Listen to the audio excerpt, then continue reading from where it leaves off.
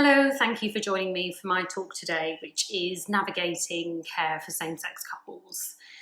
My name is Bunty Lai-Boyd.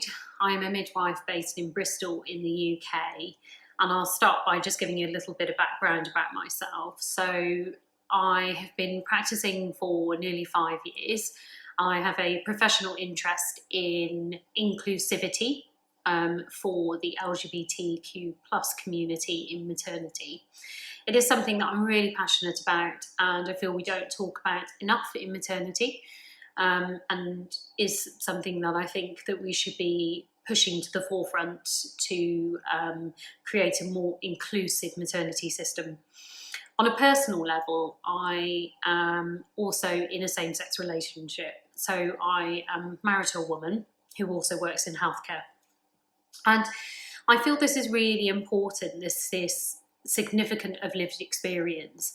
And although I'm really passionate about all people in the LGBTQ plus community in maternity systems, I will predominantly just be addressing female same-sex couples or lesbian couples, because I feel very strongly that the concept of lived experience is actually what qualifies you to talk about discrimination of a particular group.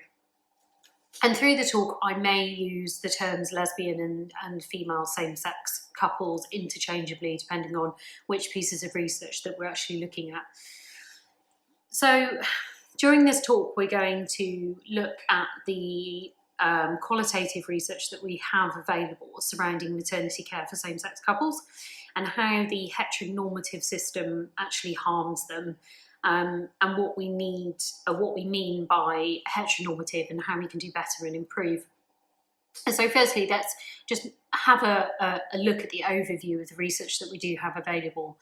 So Stonewall published their LGBT in Britain healthcare report 2 years ago, and these statistics are sadly really unsurprising. So almost 1 in 4 LGBTQ plus people witness discrimination or negative remarks made against them or other people in the community by healthcare staff. So that's nearly 1/4 of people.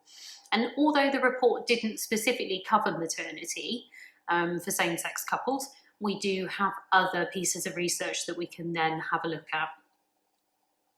So we know that from the Births by Parents Characteristics report published by the ONS, that there were 1,791 births registered same-sex couples in 2018, and that the HFEA reports that 3.1% of all IVF undertaken was by female same-sex couples. And that data and that report also commented that the number of same-sex couples that they see having fertility treatment in the UK goes up hugely every year. And so we know it's an ever-increasing number. What becomes difficult to determine here is, with the evidence, is if we are improving our healthcare systems by updating our practice, and there isn't exactly a plethora of evidence available. So we don't have lots of evidence that addresses the needs of same-sex couples. What is there could arguably be described as slightly outdated if we consider the rising number of registered births to same-sex couples. And we'll have a look at a couple of the studies. So Burns et al. In 2013 looked at co-mothers' experiences in maternity. And what they noted was that although people felt generally included, there was still a sort of underlying current of that feeling of being in a what they described as heterocentric, and what we are describing today as heteronormative system. And a heteronormative system is one which has been built on the concept that being heterosexual is the norm. So in the context of this system, in maternity systems, we have created a maternity system which considers heterosexual and cisgendered people in relationships to be the norm. And that means that anything else gets squashed into whatever space we have left to accommodate them with. So already we're starting on the wrong foot by welcoming same-sex couples and other people from the LGBTQ plus community into a system which isn't actually built for their unique needs. And what's interesting to think about is this is often considered as a positive aspect of acceptance within healthcare. So another piece of research which is really interesting is was done by Goldberg in 2013. And what they identified was that healthcare professionals felt it was beneficial to treat same-sex couples and same-sex parents in the same way as they would heterosexual parents. Superficially, it appears to be accepting and inclusive, but if we consider the fact that our midwifery training and our maternity systems are constructed in this heteronormative manner, practicing in this way actually achieves quite the opposite. So we're already making people feel like they're on the margins. Some research actually suggests that same-sex couples would benefit, and they do want care which is specifically created for same-sex couples. Rondell et al. Looked at how heteronormative communication between the midwife and parent relationship can be really harmful and affected by that heteronormative system. And what they found that was the incorrect assumptions that healthcare practitioners made led to feelings of embarrassment between not just from the couples themselves, but actually the midwives as well. And what they suggested was that midwives would benefit from additional training into how to communicate with same-sex parents. And they also suggested that same-sex couples also want antenatal groups which are focused specifically on their individual needs and their parenting needs, a whole other set of parenting aspects to contend with, like fertility. So we know then that same-sex couples aren't fully represented, or they don't feel fully represented in maternity care. So let's consider ways that we can try and address this. So as suggested in the evidence, midwives would benefit from additional training. So let's start right at the beginning with students. Arguably, younger generations are more familiar with inclusive language, but not all midwifery students are of a younger generation. So we know that we have students who are mature students coming into the midwifery degree. So I'll give you an example here. When I was a midwifery student, I had a teaching session led by an antenatal teacher, and they were demonstrating how to teach an antenatal class, and they commented that they get men and women to go in separate groups. So I asked, what happens if you have a same-sex couple? And they said, I get the man lesbian to go with the men. And for some of you, that probably sounds really horrifying, but I overhear that sort of problematic language and experience that language used all the time. And this needs to change before we even contemplate considering ourselves to be an inclusive maternity system. But also registered healthcare professionals, which most of us are. We could really benefit from in-house training, and this could be really easily incorporated into the training that we already undertake.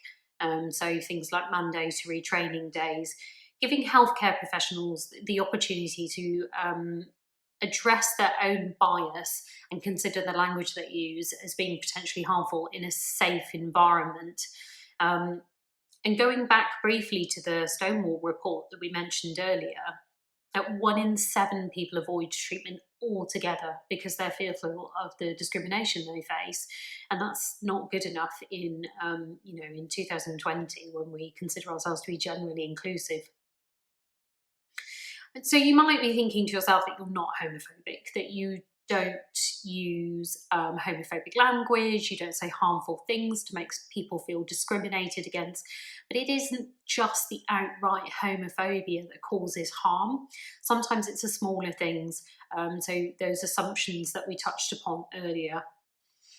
Let's take a look at our maternity paperwork, for example. So when somebody is booking a pregnancy and they initially come to meet their midwife for the first time, we ask them lots of invasive questions, but the booking paperwork alone is very problematic. So we have questions like the father's details. We often only have 2 genders. We have man or woman, and with no consideration that not everybody identifies as man or woman. And even the term mother in itself can be very problematic. There's, again, no consideration to not all pregnant people identify as a woman or a mother. And we need to address that lack of representation within maternity services before we can learn how to do better on an individual level. So firstly, we need to address the systemic homophobia, and before we can then look at ourselves as individual practitioners. So if we look at how to address the lack of representation, simple things such as including photographs or videos of same-sex couples and other people in the LGBTQ plus community, that would instantly allow people to feel safe and included. And in order to make a minority group feel included, you must physically include them. And a huge part of that is through visual representation. But if you're going to do that, start firstly by actually consulting the community. And I cannot stress this enough. So we don't have a huge amount of qualitative research that we can look at, but what we do have is a whole community which we can consult, let that community lead changes, make space for those voices and listen, and properly stop to listen to see what they actually want from their maternity systems. You may also want to consider the creation of a specialist midwife whose expertise is for inclusion for the LGBTQ plus community. It's very important that this person understands firsthand, though, what it's like to be part of the community, but also what it feels like to have discrimination. And that leads back to what we were talking about earlier about that significance, that first-hand experience. And it's that feeling of discrimination that fuels the drive for change and ultimately will then work towards eradicating this discrimination. So this person can undertake tasks such as creating and maintaining guidelines and policies. And that's, a really important part of guidance for individual healthcare practitioners. That person can also create training programs and lead those training programs for healthcare professionals to attend, and maybe including first-hand stories because they are very eye-opening and they're very powerful. This role could also incorporate helping to move away from the heteronormative language that we use in maternity, so adjusting our leaflets and the data collection tools used. We also need to stop making assumptions, and the evidence would suggest that that's one of the most harmful things for people in the community, that having to actually come out, so to speak, every time you meet a healthcare professional is quite demoralising. And this is reiterated where the research is available. It seems like such a small change to your individual practice, but it makes an enormous impact for the people that you're caring for. And I'll give you a little example there. So a couple of years ago, I took my wife into A&E, and it was a very stressful situation. A&E, as you know, is very busy. It was the early hours of the morning. We've been there for quite a long time. She was in quite a lot of pain. She's not the best patient.